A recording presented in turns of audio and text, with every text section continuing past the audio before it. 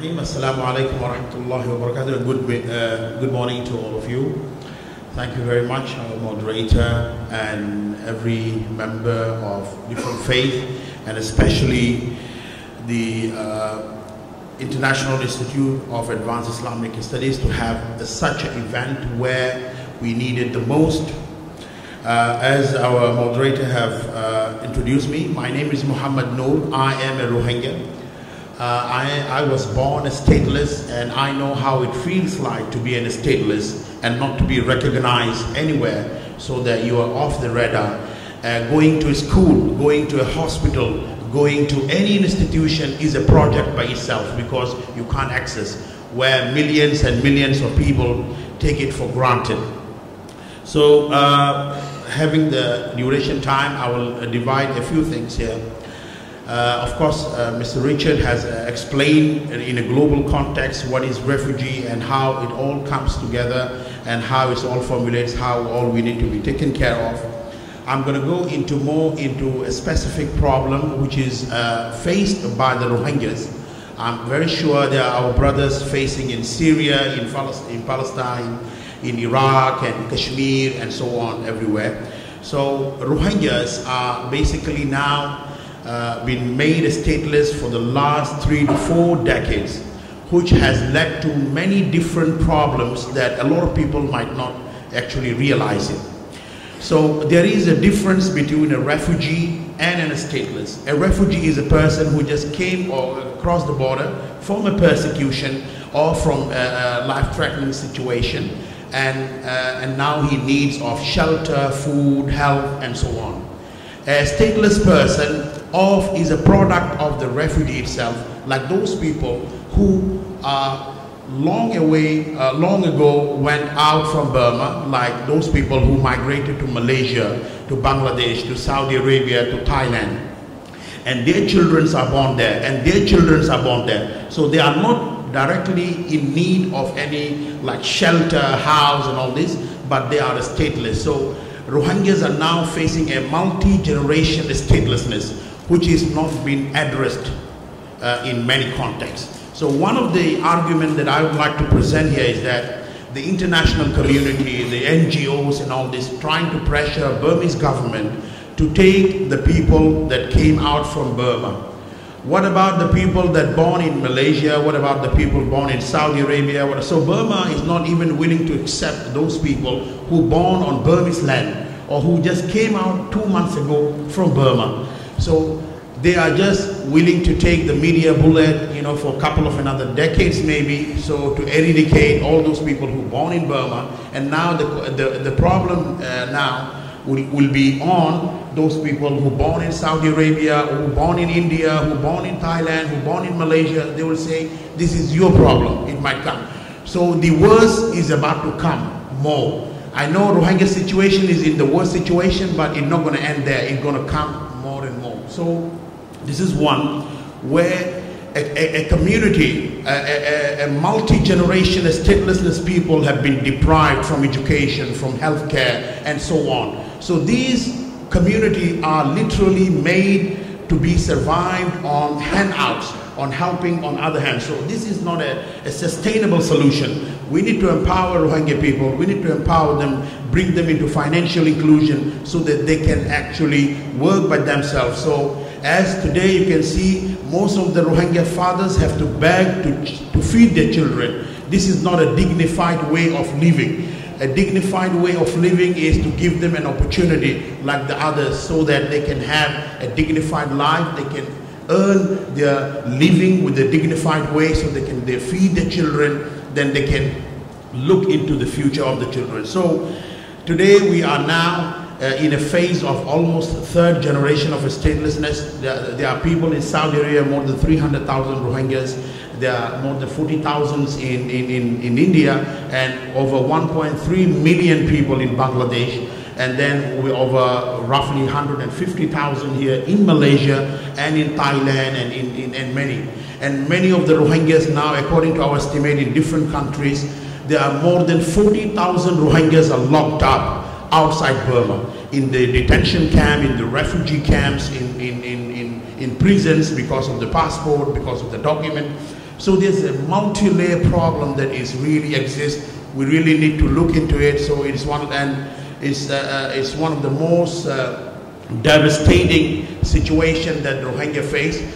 But today, when a humanitarian crisis has struck anywhere, when a person has been persecuted under the context of nationalism, under the context of faith, so every human should be threatened.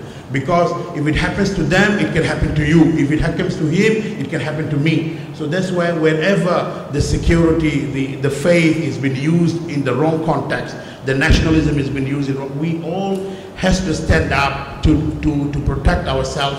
We cannot say that it is not our problem. But somehow, as Mr. Richard has said, this is our problem. It is here. Everybody is with it. Everybody is in it. So we have to solve. So the next thing that I would like to mention before I finish is that I am the co-founder of the Rohingya Project. So I would like to introduce what is the Rohingya Project. So Rohingya Project, in a simple answer, is like an antidote or antivirus of the problem that is faced by the Rohingya in certain contexts. One of the contexts is that if you look into it as Rohingya, the stateless people especially, they are not allowed to get access into education system. I'm not talking about any specific countries, but in general, in countries that Rohingya exist, they are not allowed to access into education system, they are not allowed to access into healthcare system, and they are not allowed to participate in any financial services. So Rohingya Project would like to bring a solution to it, and one of the core issue to that is that a state-backed identity. So identity can be classified into many different identity, like a personal identity and like a government identity and all this. But government able to have a kill switch for the Rohingya. So we Rohingya have been a part of the Burma, not only after the democracy, but long before the democracy, like the Japanese War and the British War before 1942 and so on. And we were a member of Burmese society all the way until 1982, where they started a kill switch, says that Rohingya is from today delisted from the ethnic minority. That's where we all dead. That's where we all been killed. That's where we all been off the radar. But now, the problem is now got into so much complicated. That's why identity is one of the core issue of the problem. So what we like to do is, the way technology has revolutionized the world, there was a time when you want to send out a video in a national TV, you need to know someone and he need to know someone else to get to an editor to get your video published. But today, if you have a mobile phone and you have a YouTube, you can be next celebrity, you can be next star. So technology has break a lot of bureaucracy, a lot of all this multi-layer bureaucratic problem. And today, those was the days when you can't even send a message to a person above you. Today, you can send a message, a tweet to a president, to anyone in the world. Whether they look at it is a different matter.